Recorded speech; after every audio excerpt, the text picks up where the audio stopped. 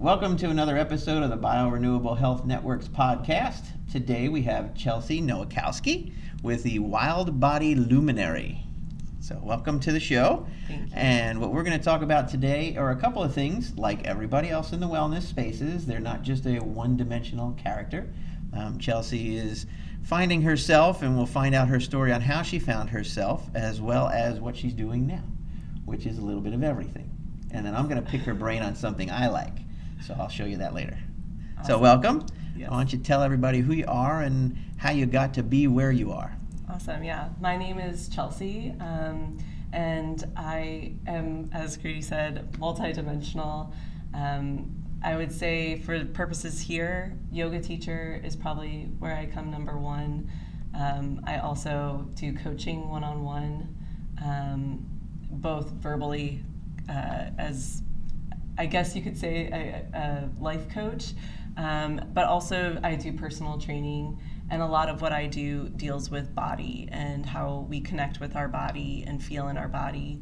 But my background is I am a nurse, so I do have a lot of, I guess, witnessing of people in their bodies and just how they, how people deal in this world and things that happen. And I think from what I viewed, so much of our stress comes through our bodies and illnesses and disease.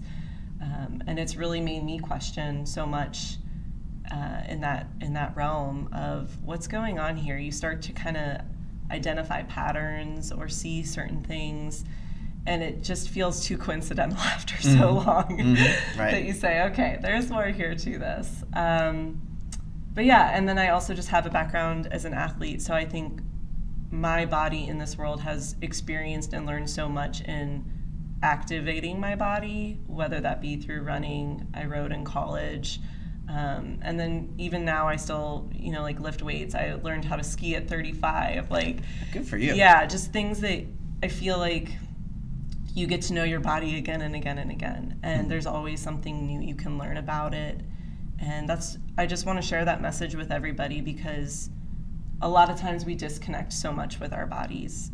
We have so many distractions happening, and we don't become present. And that's where kind of yoga started to come into play, was I recognize that I'm sitting here with you, but I want to be on my phone, or I just want to be anywhere but this moment. I'm looking forward, I'm thinking ahead. And those things aren't necessarily bad, but I think that that's where we leave ourselves. And I don't know, I just have this recollection of this moment driving and just feeling like my whole body was going inwards, and I was like, why am I like this right now? Why am I so tense, Yeah. And it just started to be those little moments where I started to wake up and say, I need to figure out what's going on here, because this doesn't feel good to me, to always feel like I have to, be in that survival mode that I think so many people are starting to understand more and more about. Yeah, and that's, I think, what most of the people that we talk to here have a personal experience and have an observation. Like you said, I kind of started making some connections with things, and it kind of said, wait, there's something more here. Let's look into it. Let's find out what that is. Yeah. So now, as an athlete, how much did you feel was physical? How much did you feel was mental to be able to do it at a higher level? That's a great question. So I would say I think the older I've gotten, the more mental I've been able to get. And actually the better. There were parts, even as I got older, after I stopped rowing in college, I went back and I was just like, wow, I have so much more knowledge in my brain of how to walk myself through this moment. I was almost doing better, and I did pretty good then, So I was just like, wow, if I had this, I would have been killing it. No. But I think, when I look back on my story, so to kind of go back, I played basketball. I played AAU basketball very competitively, and I experienced a lot of, I guess, what you would now, looking back, shame in that space, because I wasn't good enough, or I wasn't aggressive enough, and I took that so internally, and I really didn't perform. I stopped loving the game. I stopped loving what I'm doing, and it really played into my relationships in those spaces, both how I performed out on the court, but also at home with my family. I think expectations love my parents, not trying to knock anything, right. but there are certain just expectations that come up, and they want to see you succeed, and they put a lot of investment into it, and I'm not faulting that, you know. But I think when I was a kid at that age, I didn't understand any of that, and all I felt was shame. Then I go on to college, and I didn't even go expecting to play sports, but I got there and realized I really missed this part of my life. I played so competitively, playing, 7 days a week for hours. So take that away when you get to college, a huge part of my life started to just disappear. And one of the girls on my floor was a rower, and she was like, you should just come out and try it.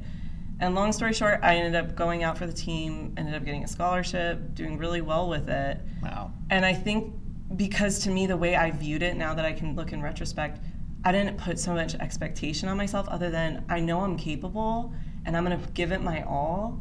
And I was able to really have fun with it and be curious. And that, I think the curiosity was the biggest piece that helped me succeed, was like, okay, how do I do this? What do I do? How do I need to maneuver my body? Really becoming present in your body and perceptive to the things around you to help ground you is what helps me kind of get into that space, rather than thinking, oh, they're mad at me for not being able to perform. That's the only thing I could focus on. Whereas this, it was a whole open space. And since then, I think, that's where I started to come into yoga. I started looking at it in a way that I learned rowing. Okay, how do I feel in my body? What are the things that I can do? How far can I take myself to certain edges and still feel safe within myself? That's come with a lot of practice, a lot of time, a lot of understanding. So I think that the older I've gotten, the more mental it's become. I think I've just had to be consistent with the physical in order to produce that. So I guess the physical was groundwork, but the mental is what you really evolve in. So a lot of people I ask, is it mental feeds the physical, or does physical feed the mental? And it's a chicken or the egg game. It kind of, they both have to be there. Right. But sounds like, the physical was no problem, but it was creating a mental stagnation that eventually wrecks the physical. Yeah. So how did you feel physically switching from basketball to rowing? Because this is, again, something you didn't do younger. You just jumped into in college and got all the way up to scholarship level. Yeah. How did that feel physically to you? I think I just remember running with the girls one morning, and I was ahead, and I ran cross country, so I knew I was good there. But I think in my brain something said, I can hang with them. I didn't put myself, I've never played this sport, so I'm not going to be good at it. I didn't put all those thoughts in my head. I just thought, I can hang with these girls, and I'm going to give this my best shot. And I'm actually having fun, seeing what I can do. And it really just became a space for me. During college, I was in nursing school, pretty stressful. So it also became a space where I could really ground myself and just, I wanted to go out and party and all that, but that I couldn't sustain that for 4 years by any means. So nice. Yeah. Nice. Now, mentally, what did you see in the other girls? Because just like a basketball team, you're in a boat with a team. Do you guys all have to kind of sync up together? Do you all have to be on the same brain waves, the same physical? Yeah. I mean, obviously the rowing stroke has to be the same length, or you guys are smacking oars together. So do you have to sync up mentally as well? Yes, you really, the blades need to go in the water all at the same time. You need to move together all at the same time. And you have different heights and different bodies, and everybody has their own person. But how can you work with that to get that fluid, row? And we did have a little bit of cattiness. I always say girls, we're a little emotional sometimes. We want to fight each other, but there was just this one practice where it was like a minute of just rowing that felt like you were gliding on water. It felt like you were it was the most amazing feeling. It just felt like there was no one person off. Everybody was in complete flow with one another. Synchronicity Yeah. kind of there. Yeah. And again, that experience just made me recognize like there is something more to it when you can kind of let go of a lot and just stop thinking so much and just row and do what you know how to do, but not, it's that balance of not overthinking, but still being connected, still being present. So yeah. I wonder how much of the rowing versus any other sport, because it's a repetitive motion that you're just in a groove and you just get going. Yeah. That kind of will help align everybody's brains.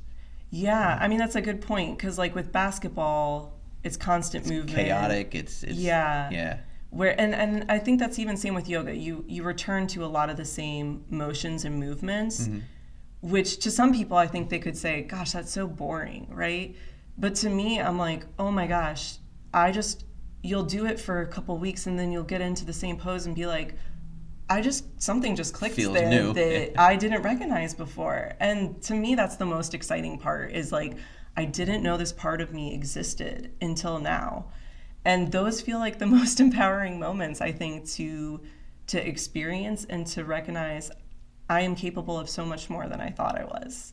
Now, as you're going through nursing school and joining the rowing team and getting those kind of mental, I'll call it opennesses, this is kind of like opening a new door kind of vision, does that change your thoughts about nursing? Or do you just plow through, hey, this is what I was going to do, I'm going to do it, this is happening in a separate realm? Or does that kind of start to blend together for you at that time?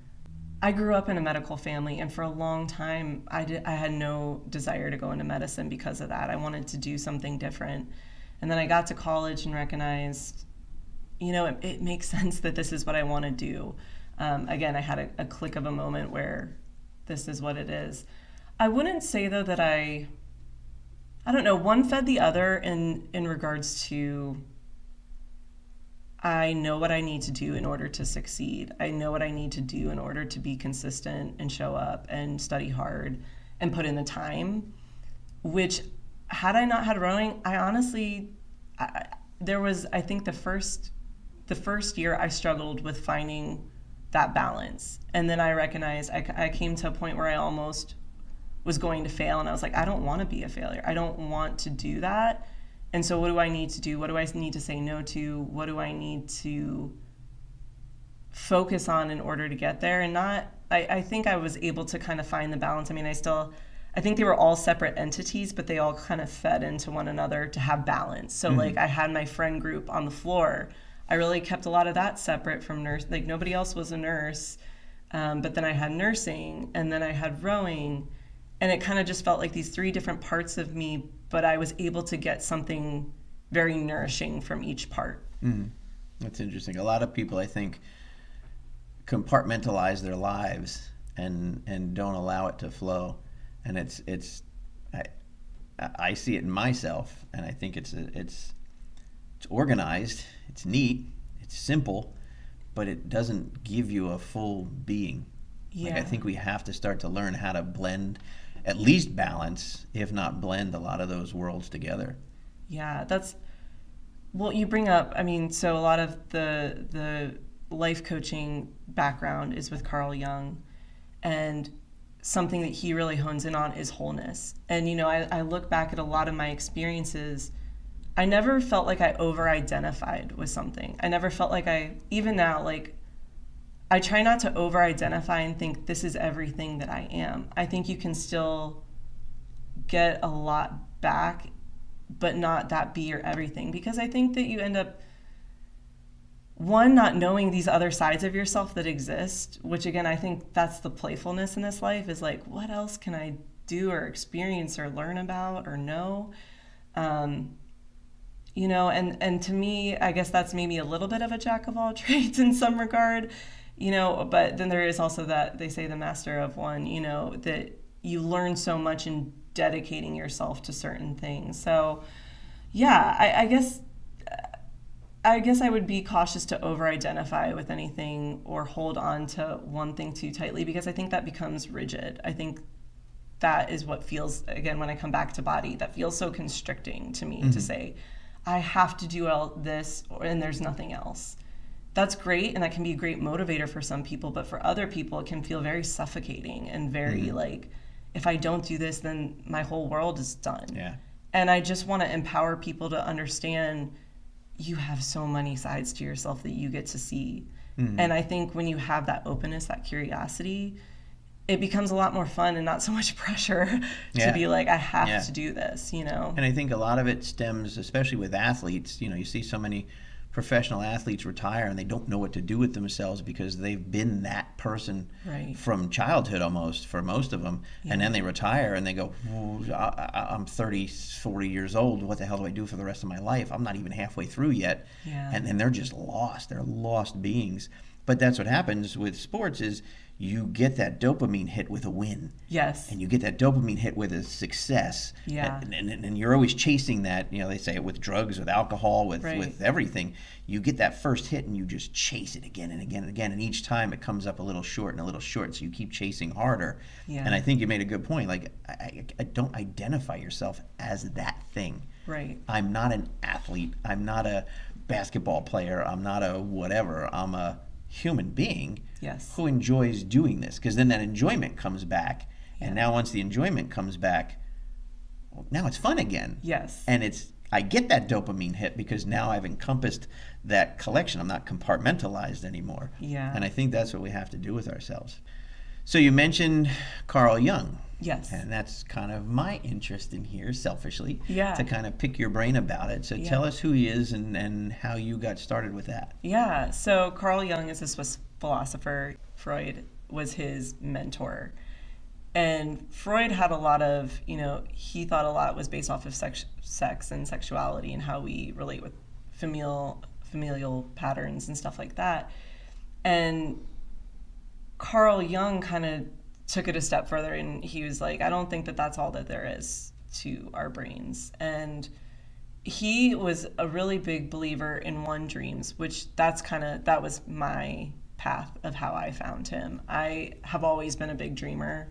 I got that from my dad. My dad would always tell us his dreams in the morning, and it kind of ingrained in us. So I think I just innately started dreaming. And again, I came to a point in life and I was like, there's got to be more to these dreams, because they're so wild and they make me feel so much about, you know, myself in the morning, or they just feel like there's some kind of connection there that I need to be aware of.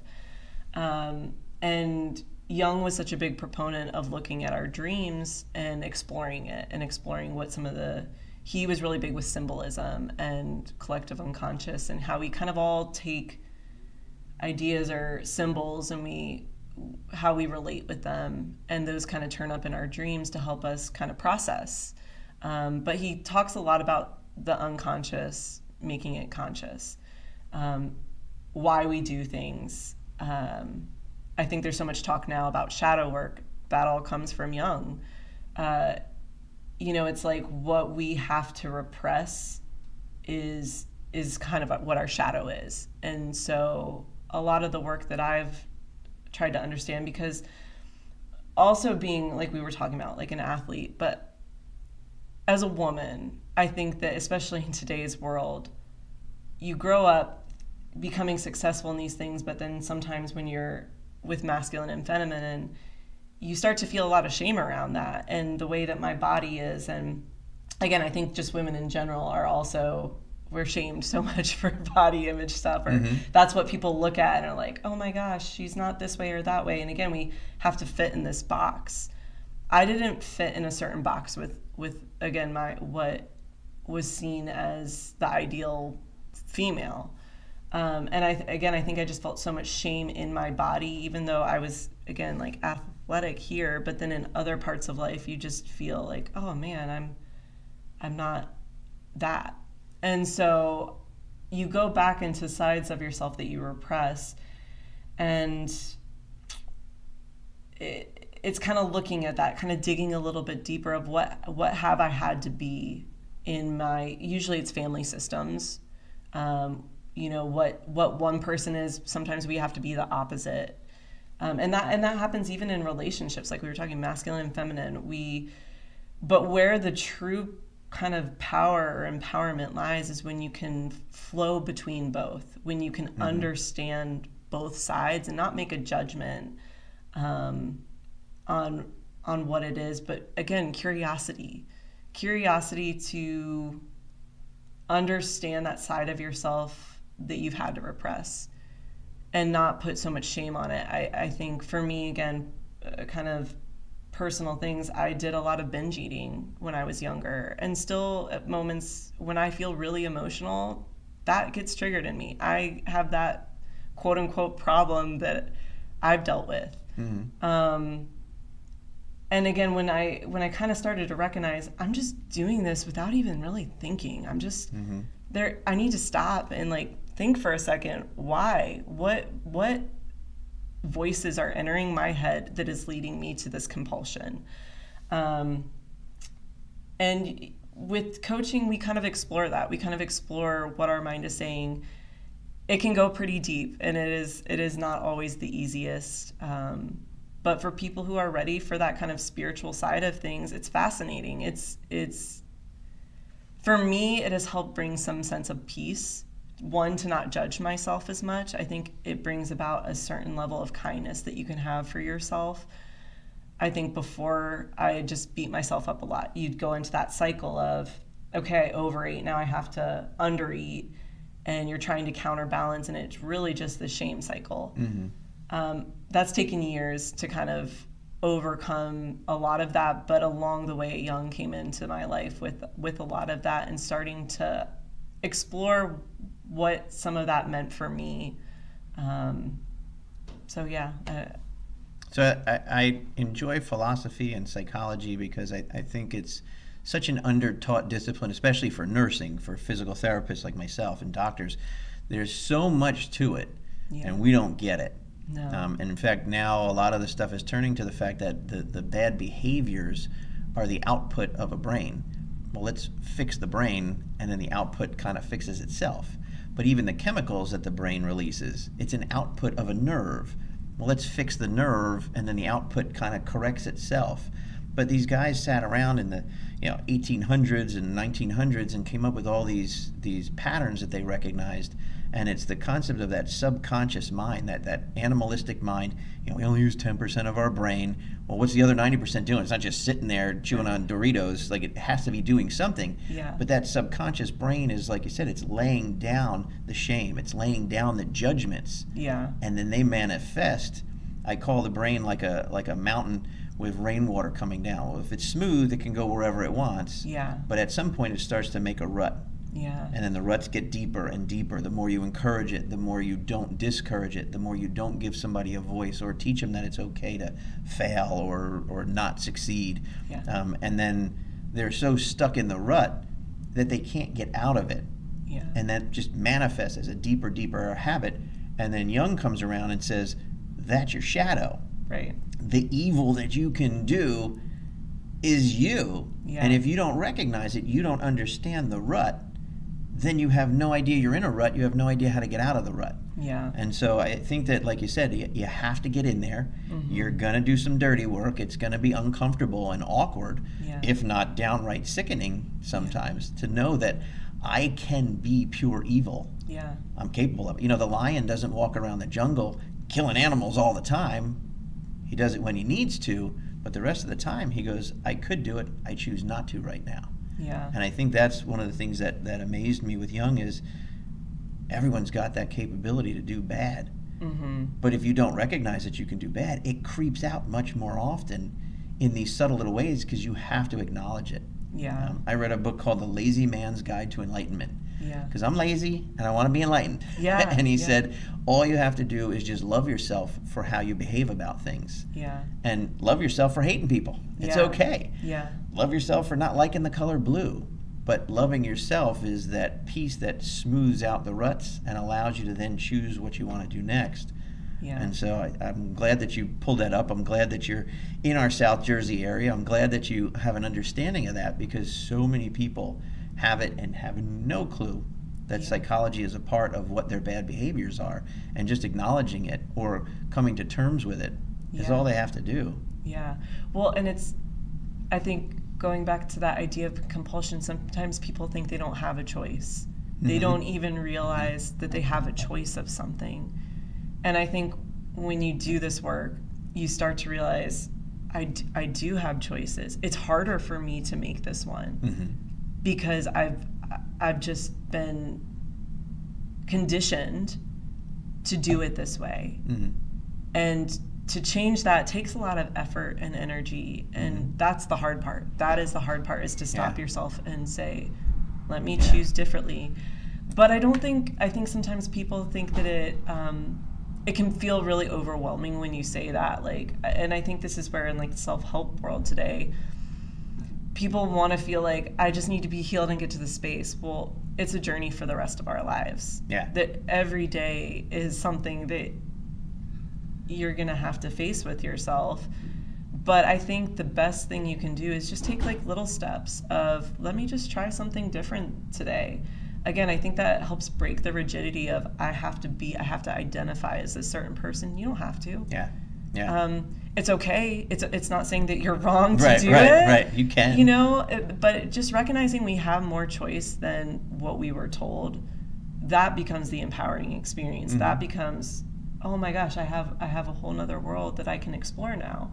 And I think that's really exciting. You know, again, for some, I think when you first wake up from a lot of it, when you start to notice it, it can feel really scary and like you're lost. And I know I've definitely felt that.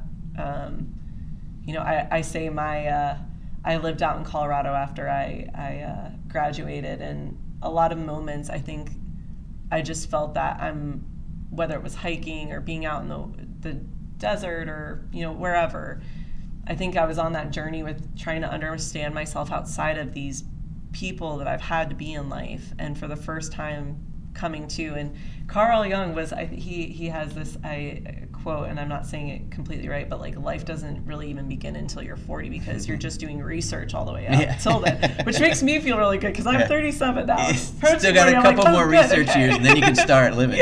Exactly. Doing all my research now. Well, so. and that's a funny thing because you know, the guy who drives the Ferrari is the guy who can afford the Ferrari. But once you can afford the Ferrari, you're too old to drive the darn thing the way it's meant to be driven. So same thing with ourselves. You know, I always think, if I woke up tomorrow and I wanted to walk around with a funny hat and glasses and wear a scarf, I could. But why don't I? Well, because people are going to look at me and be like, what the hell are you doing? You know, your opinion of me makes me stop doing things I want to do. And judgment and not realizing that, look, tomorrow is the first day of the rest of your life. Do what the heck you want to do. And like you said, until you're 40 probably, you haven't even experienced enough things to even know what it is you want to do. I'm 51 and I say, I don't even know what I want to do when I grow up. First of all, that means I haven't grown up. And second of all, I haven't explored enough stuff to see what I really enjoy or what I'm good at or any of that. But he's right. You have to explore and do your research.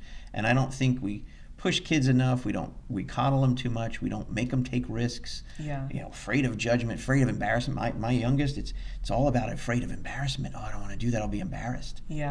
Who cares?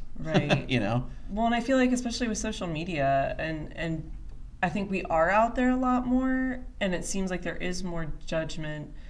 And I also say, like, understand the reason why you're doing something, right? Because like, we can do things out of spite, right? And that's still kind of your ego, as Jung would say. Like, what is your reason for doing it? And it sounds really simple, but this is something I guess I come back to is like, why do I do anything? And what is the reason I'm doing it? Because again, we can do things very compulsively, but like, what is the goal that you're really wanting for yourself?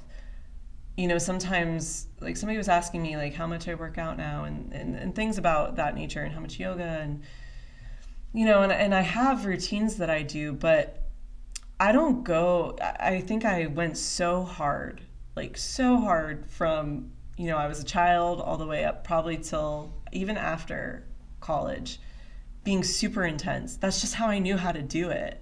It provided a lot of success for me in certain areas. But then finally I woke up and I'm like, why am I doing this? You know, I had probably a year where I had to question that and understand that I both love that side of myself, but I also don't have to do that if it doesn't feel right. And for me now, I still want to push myself to understand what I'm capable of, but I'm also big for sustainability. I want to enjoy life in the healthiest ways for as long as I can, for family, for friends, to be active, to explore. Like, that's my goal. And if I'm going so intense, that's not good either. As everything in life is, it's a balance. And I think when you kind of start to explore that, it's one, not shaming yourself for who you are. I think it's embracing who we are and those innate characteristics, but also I don't have to hold on to this identity too. And that can help make you feel more whole and more, I guess, less anxious. I think so many people feel so anxious that they have to be something. And that's something I see is like stress. As a nurse, the biggest thing that I think it causes disease is stress. 100%. Hands down. Hands down. That is what causes you to cope, and you're going to use devices that are maybe not the healthiest. It doesn't make that thing wrong or bad, but when you repetitively do it again and again, it's going to. Especially when you do it subconsciously. Exactly. Without the express consent and knowledge that I'm doing this because I want to. I'm just doing it out of habit. I'm doing it out of frustration to get that chemical release in my brain to take me back down out of a stress situation. Yeah. And that's, it goes so much more though, because people can logically say, like, I know I'm just anxious, so I'm going to drink this thing, but you really have to kind of like catch yourself and be like, is this what I want, or what is an alternative way? Because this is just, when I feel this way, I reach for this. It's become that compulsive movement.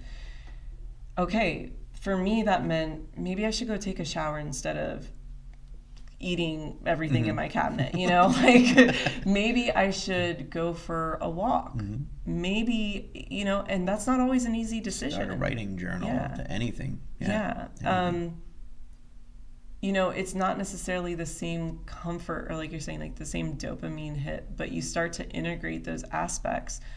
And that's why I come back to, like, it's learning about our bodies. Okay, I'm starting to recognize this tension. How can I release that? What do I need to do to release?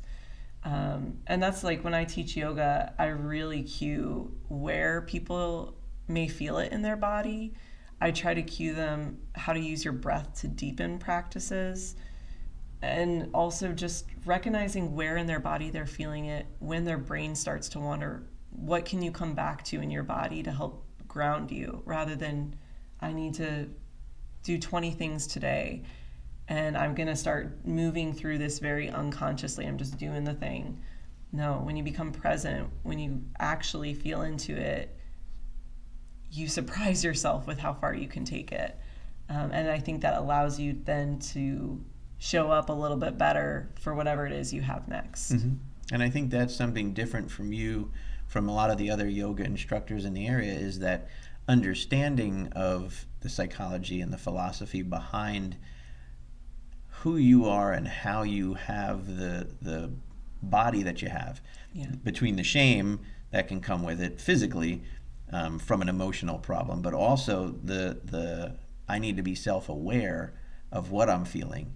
And again, Carl Jung tells you that you have to look at the shadow in order to see that it's there. You're teaching people they have to feel where that tension is in order to be able to get rid of it. And maybe you could power through it, but wouldn't it be easier to just be able to identify it and boom, trigger it to go? So how do you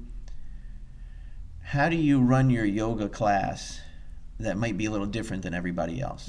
I always start with coming into our bodies. So I will have people settle in, usually tell them, like, start relaxing yourself, because a lot of times people are coming in from a busy day, right?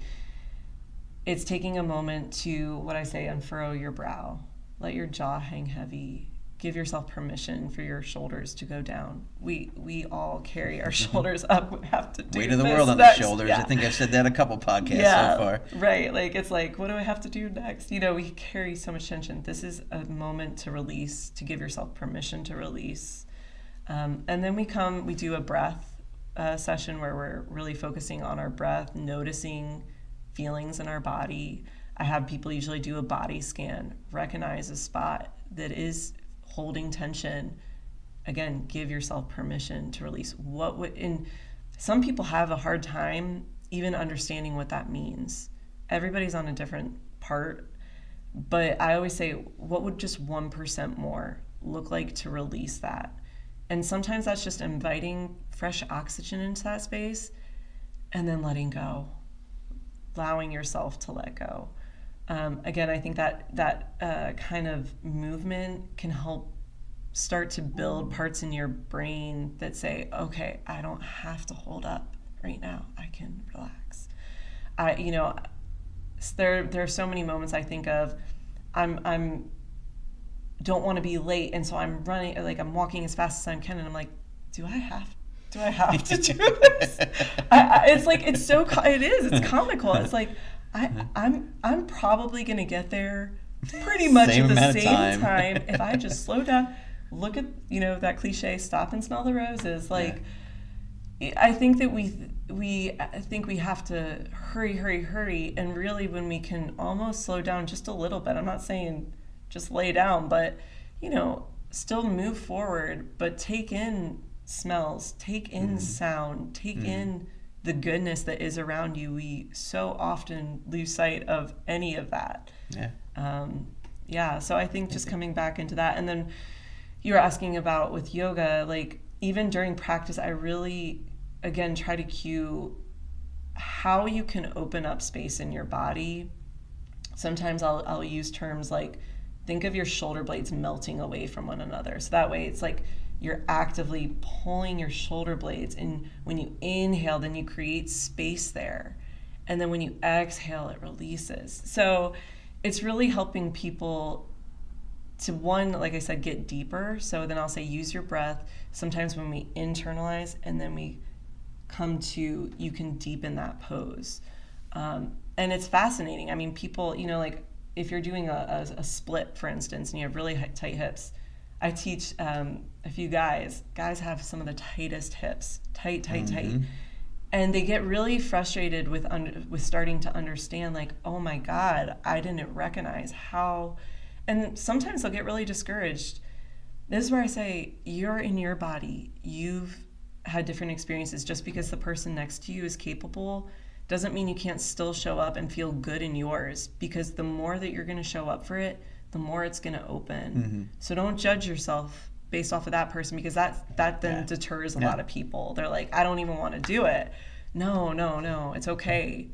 It's just, this is the body that you have, and we can explore it. And it's the starting point. Yes. It's never the finish line. No. It's just not the same spot. And now you're comparing to others. You're going right back to judgment. You're going right back into the rut of everything that's wrong. Yeah. And I like the fact that you use a lot of that visualization, that imagery, that external cueing. As a physical therapist, to tell somebody to squeeze a certain muscle, most of them don't know how. Yeah. But to give them an external cue of open the shoulder blades, make a space.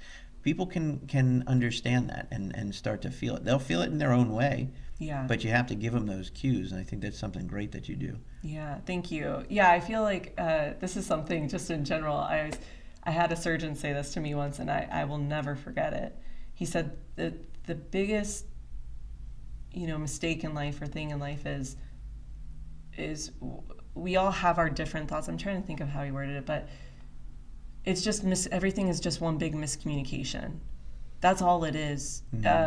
And it's how can we communicate with one another in a way that is beneficial, because really what we're thinking is probably not that far off. We're probably wanting a lot of the same things, wanting to experience something similar.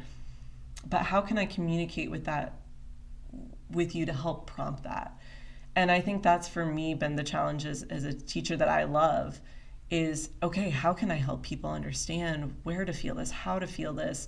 And that's just taking some of my own classes. I will always do it with whoever I'm teaching, because it helps me understand, okay, this is where I feel it. Let me try to explain it in real time, how it's feeling, so that maybe that's how it's feeling for you. You know, and especially like I was saying, guys with hips and even shoulders, they'll go through a few sessions and show up and they'll be like, oh my gosh, I didn't realize that it could go that. It's the first time I've had it go that far back. I'm like, yes, that is it.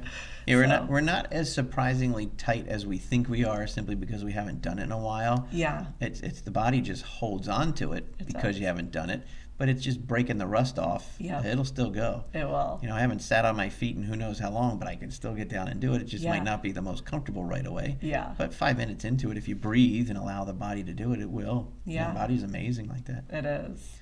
So what's a typical day for you? So you still do nursing, correct? I do, yes. And then you're doing yoga and you do life coaching. So what's a typical day, a typical week for you? Well, I work 4 days a week. I work 4 tens with my nursing job. So those are pretty long days, but I always go after work to go work out, whether that be lifting weights or, and that's usually just like dumbbells and calisthenic type of things. Get rid of your stress. Yeah, yes, it is definitely a de-stressor for me. It's kind of like a nice in-between of, okay, this is work, and it's kind of between that in-between with home, because I really want to be present at home. I live with my boyfriend. That relationship is super important to me, to show up as best as I can. How do I do that? What do I need to do to help myself get there? For me, that has been working out. It can be whatever that makes you feel good. I'm not saying it has to be that. And then we'll go home, cook dinner, have dinner together, and like play cards, or, you know, just do something silly. We'll read, occasionally watch a movie. So that's kind of like the days that I'm at my nursing job.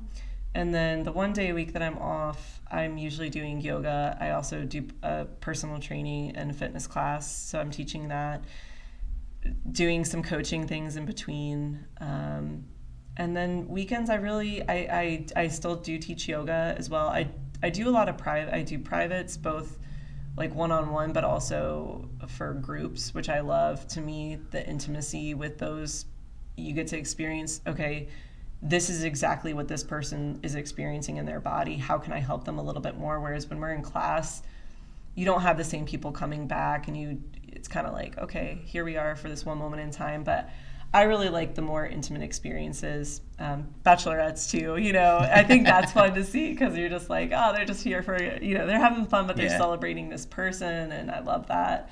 Or, you know, family weekends, girls' weekends. But then the rest of the time, I'm also just trying to connect, again, like with family, friends, my partner. I don't want to lose sight of, I'm trying to do all these things and ignore this other part of my life. I think, again, coming back to wholeness, and trying to balance all of that. You know, I think my partner and I really make an effort with one another. If we have something come up, checking in with them. Hey, I had this offer come on my table.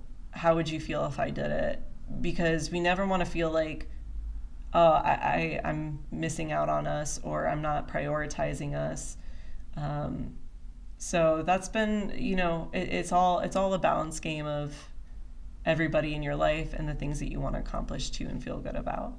Nice. I like that. I'm going to use some of that in my own personal life. Yeah. I love it. Great.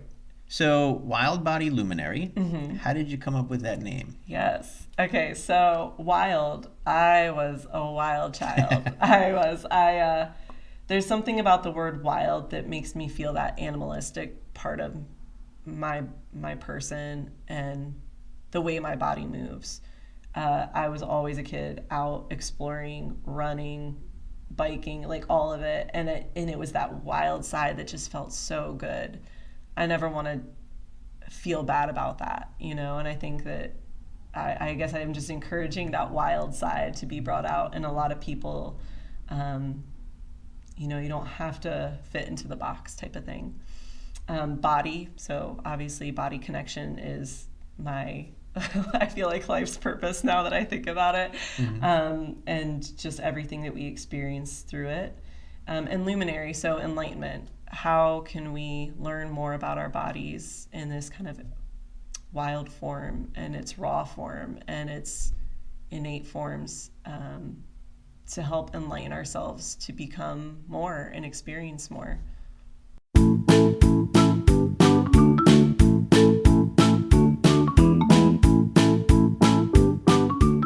So now's the time that I like to do some trivia with people. Oh boy. Now, I will say I am biased because I have an interest in the psychology and the philosophy kind of side, not Okay. as much of the yoga side kind of stuff. Oh, good. So we'll do a little trivia with you. Okay. Oh boy. Don't expect to know any of the answers because, one, I just go down rabbit holes in Google and it's probably 100% wrong. But Okay. I need these Let's nowadays. see. Wait, so like, am All I right. being tested? Yes, this is your trivia. Shoot. We're going to judge you. We're going to Okay, make you feel perfect. shame when you don't Good. know the answers. Good, It's good. all the stuff he Okay. told us not to do. Let's do it. All right. So, what heavy metal band from the 90s had a song with the lyrics, "Change is coming through my shadow," in reference to Jung? Ooh. Now, this is easy for me because it's music And I there- grew up with. And what era? 80s? About the 90s. 90s. Ooh.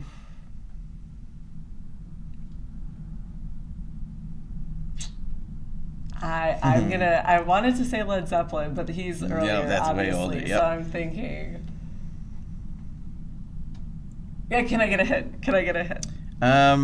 They are, all of their music is very kind of deep and actually intelligent, but you wouldn't know it. And some of their songs are Enema, Yes, Sober, I know. yep. Why is their name escaping me though? But they actually, I know exactly who you're talking about. If don't say it The yet. one song actually goes in the Fibonacci sequence with the amount of syllables he uses, which Yes. you would rhymes never with- know. What's that? Rhymes with. Rhymes with I know. I what know. we're sitting on.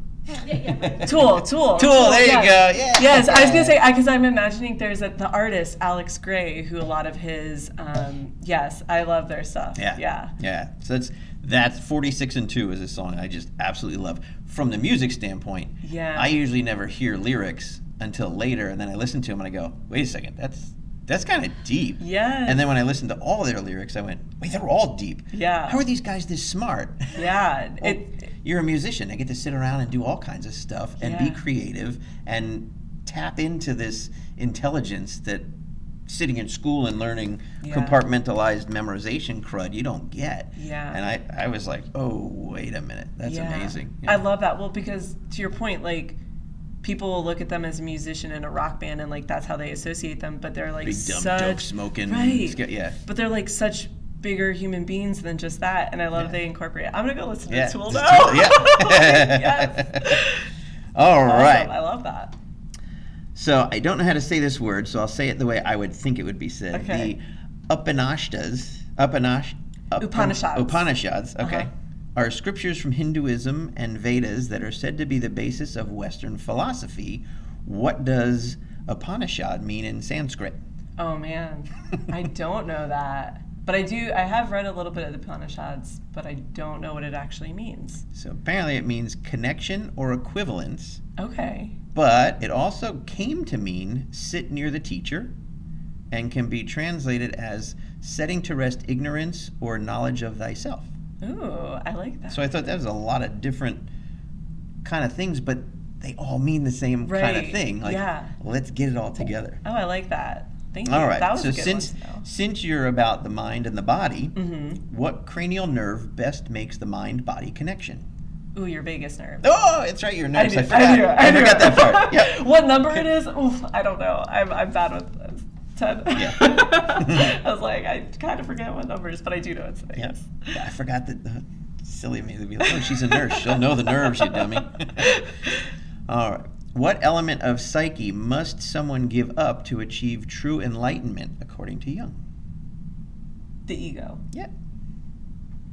So that's one of the things that Liz always says to me. She says, we all just, everything just happens because of egos. If you just let the ego go, none of this crud would happen. It's, Yeah. It's like a giant pissing match. It is. It is what helps us survive, right? True. But it's like it's the thing that gets in our way. Yeah, yeah. It really is. And understanding you have one Yeah. is the first step to getting rid of it. Again, shadow. Yeah. If I understand I have it, then I can acknowledge it and do something with it Right. that's constructive and not destructive. Yeah. It's like laying it down, I think. Again, I go back to my relationship with my partner because I feel like him and I have learned so much.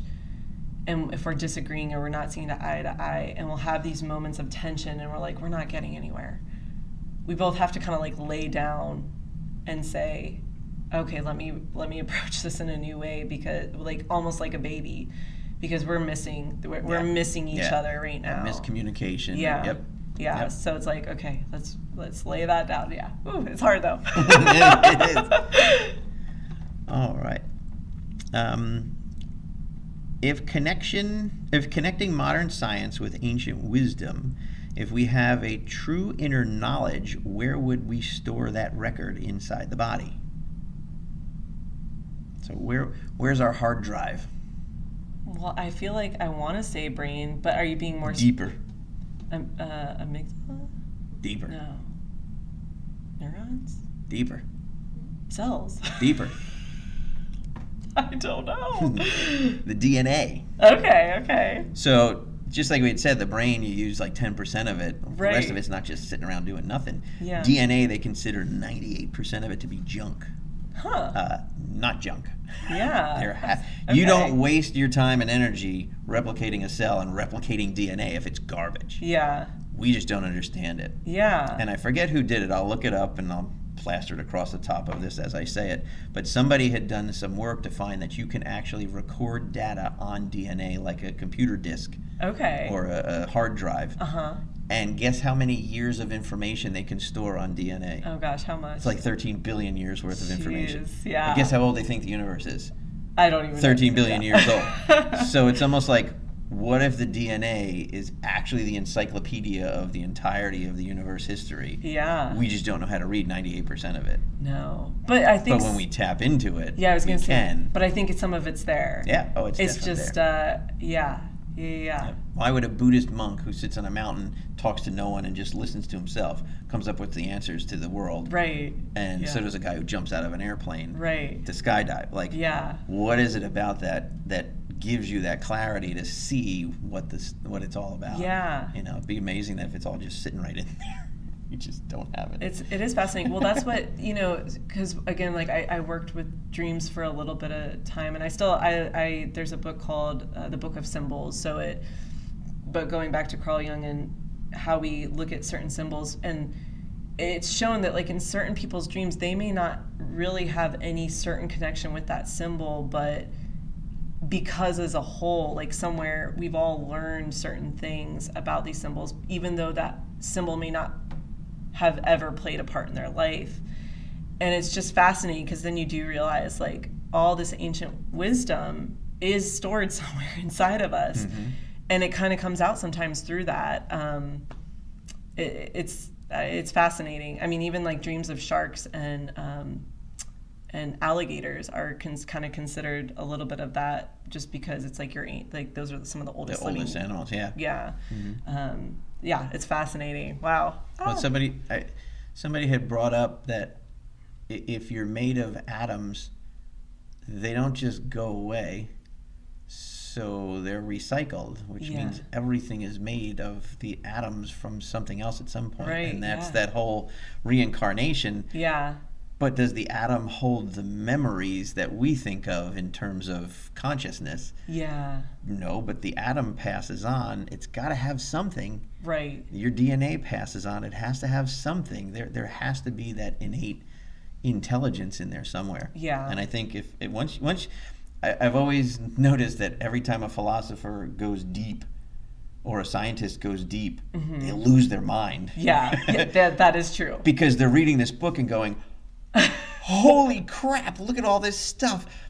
I can't comprehend it. Yeah. You know, it just, but I think it's all in there. We just have to learn to read it. Yes. All right. What percentage of high school level sports competition is psychology responsible for, according to several studies? Abdullah in 2016, Swan 2017, and James in 2016. Not that you're going to know those people. Yeah. But in recent times, 2010s. They've been doing psychology studies in Okay. sports, and how much of it do you think is mental versus physical? Oh, so you're looking for like a percentage? Ooh, that's a good one.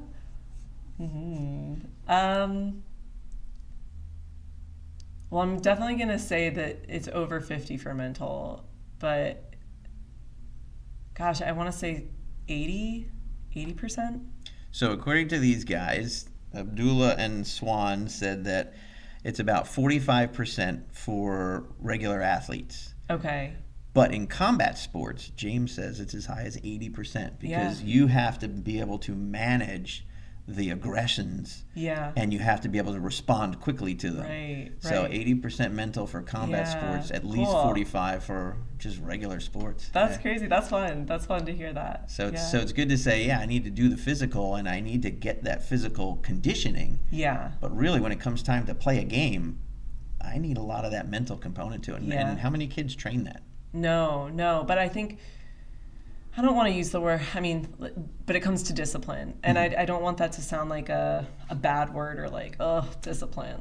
But it is disciplining your mind or conditioning your mind to pick up certain things, you know? Yeah.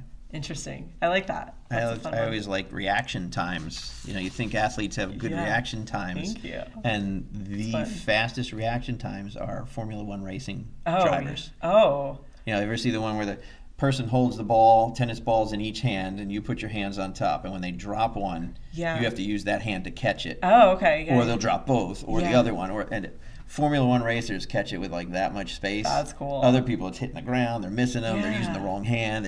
That's Formula One racers are just Fascinating. ridiculous. Yeah, That's 'cause when you have to cool. move at that speed, Right. if your brain's not sharp, you're crashing and burning. Yeah. So it's Oh, that's fun. Yeah. Yeah, they think, oh, they're just driving a driving car. cars. Yeah. Not at 150 to 200 miles an hour. You're no, not. there's a Yeah. lot more to it. Yeah. That's cool. All right.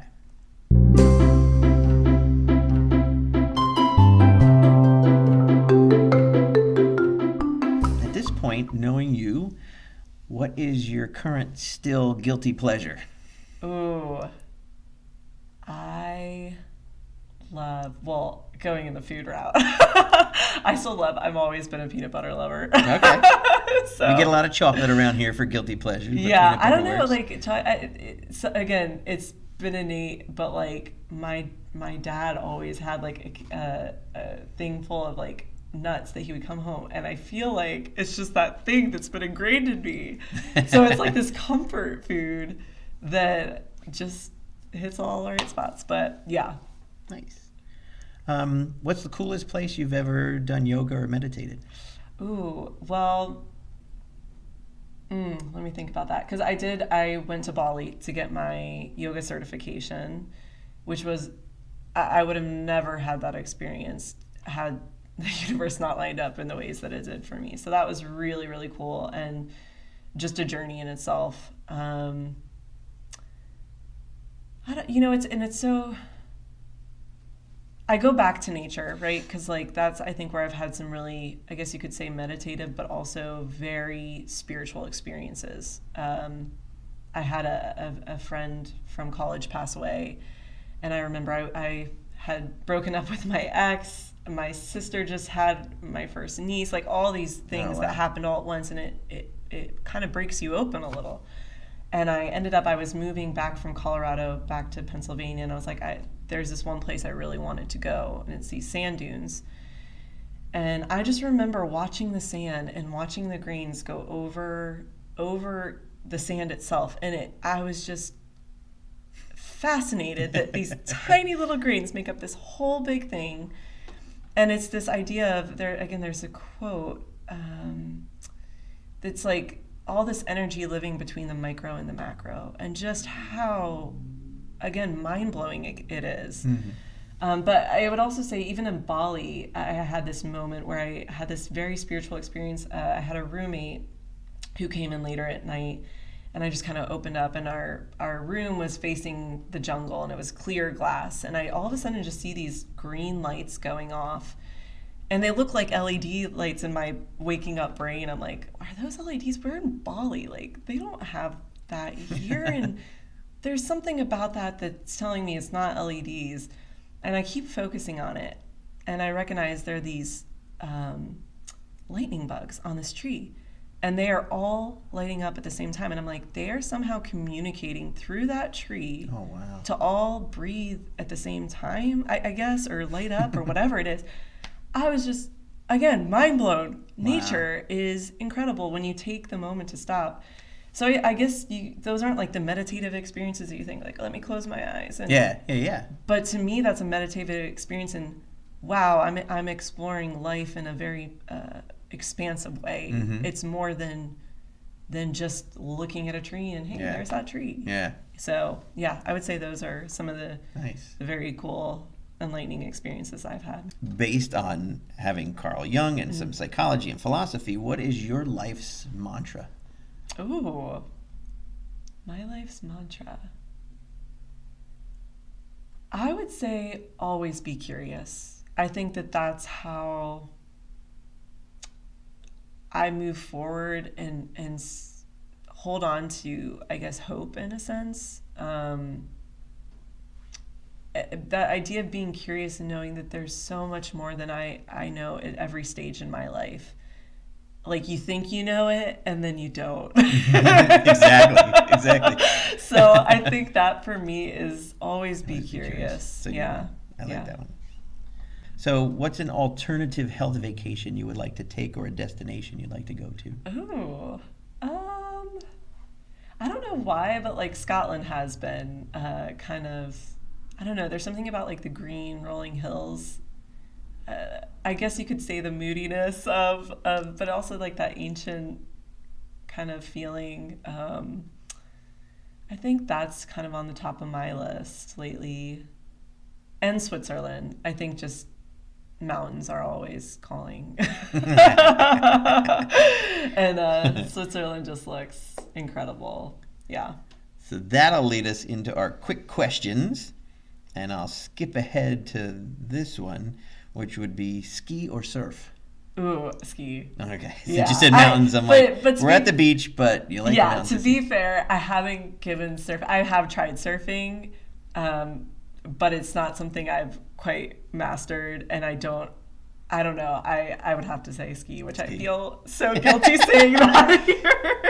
After all we just did, you're going to feel guilty? Sorry. Don't say sorry. Were you the one that taught me that don't say sorry? Don't apologize for stuff? No? Somebody I know had said, why do women always apologize for things they say or do? Right. Yeah, we do. And they do. And guys never do. Guy will never be like, oh, sorry. And I don't give a shit. I'm just not gonna say that. I thought you'd tell me that. Yeah, all ski. Right. What's up? Ski. Right. Ski. Take that. All right. Coffee or tea? Oh, I am through and through a coffee drinker, but I will say I've been exploring tea a lot more. I was a barista, so I feel like I am a coffee snob, and I'm not like, let me get as much caffeine. No, it's like, it's kind of a ritual of like, let me have this making the coffee or coffee, yeah. But again, my partner and I have been trying to drink tea at night, or we'll do decaf coffee. But I've been really enjoying the tea. There's so many flavors to it. Have you tried the mushroom coffees?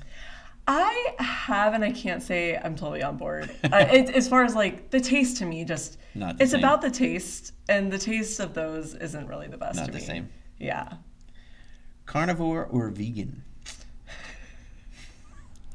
This is oh man, I just laugh because one of the doctors I work with, he's like very into vegan, and I don't disagree. Like, I think it's great. Would I love to strive for that? I think at some point in my life I could see myself wanting to go to that spot, and I love some vegan meals. I have a cousin who in Colorado, she had her own vegan, she's vegan, and makes some amazing food. It's just a lot of, to make something good, it can be a lot of work. But so I am a carnivore. However, with that being said, I really don't eat a lot of meat. I only ate chicken and fish for probably 12 years because I got food poisoning off a burger when I was little. Yeah, but then set you off, and you just it does. But then I had an instance where I didn't want to be rude, but I was at a party and I was like, I don't want to be rude. So I tried it. I was like, this is actually really good.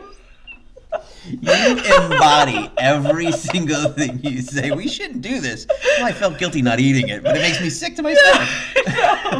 But actually, it made me like. And then I moved out to Colorado, where there's just a lot of really good meat. My brother is a chef, and he's just. It's like quality, I guess, is what it comes down to. Is like if it's something really tasty, I'm gonna take a bite of it. Yeah. Do I want a whole Yeah. thing? No, Yeah. but I don't need that. Yeah.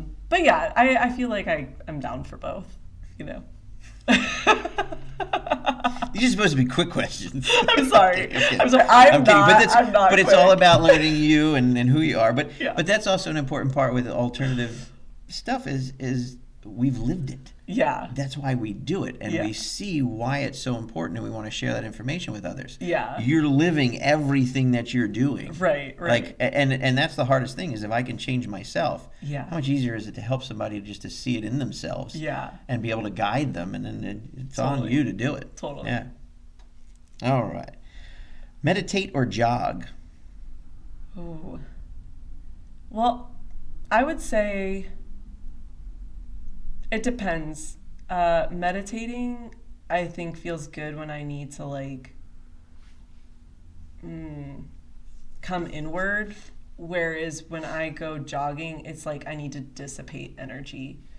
It's a good way to think of it. Yeah. Yeah, because like when I have a lot of energy that's like coming up in me, I'm like that's why I like Gotta working get it out. I'm like I need Yeah. to get it out of me. Yeah. But when I meditate, I'm going inward to explore.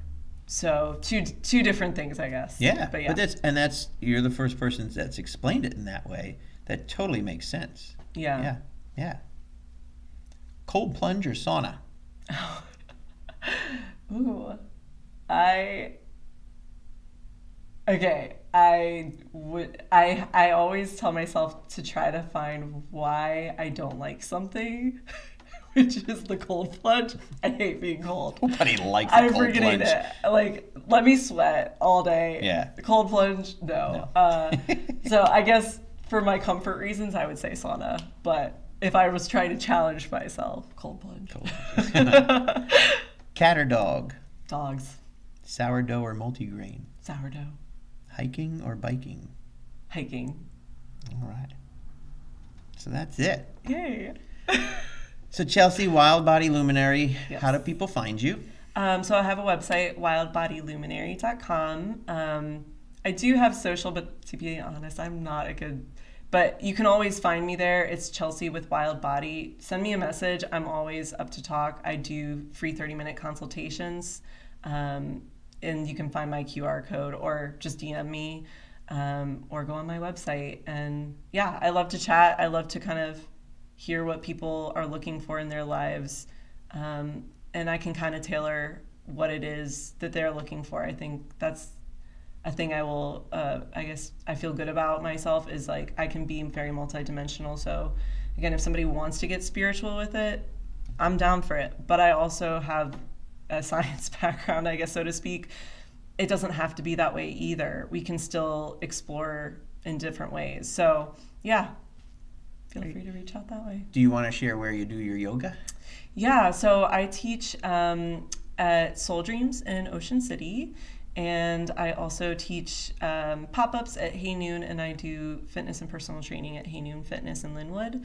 And likewise, I'm also open for privates. So yeah, please. It's a totally different feel when you talk about the imagery, the delving deep inside yourself, and it's a part that people don't have to get totally into it to experience that it's worthwhile. Yeah. I know journaling is a popular way of doing mental therapy, and it makes you be honest with yourself because you're writing it down. No one's going to see it. No one has to know it. But if you can't be honest with yourself, Yeah. how are you going to do anything else? And the body will follow the mind. So I'm glad that you do what you do. I'm glad you live what you do. Thank you. Yeah. And I'm glad to talk to you, and I'm sure we'll do it again because Yes. I come up with more and more stuff, and I love we'll it. do it again. Well, yeah. Well, thank you for creating this space for people like us, because I know coming from Colorado, there's so much of that, but coming to South Jersey, it's harder to find people. So thank you for doing what you do and pleasure. just sharing the space with all of us. So Good. yeah, Glad. awesome. All Thank right. you. Till next time. Yes, thank you.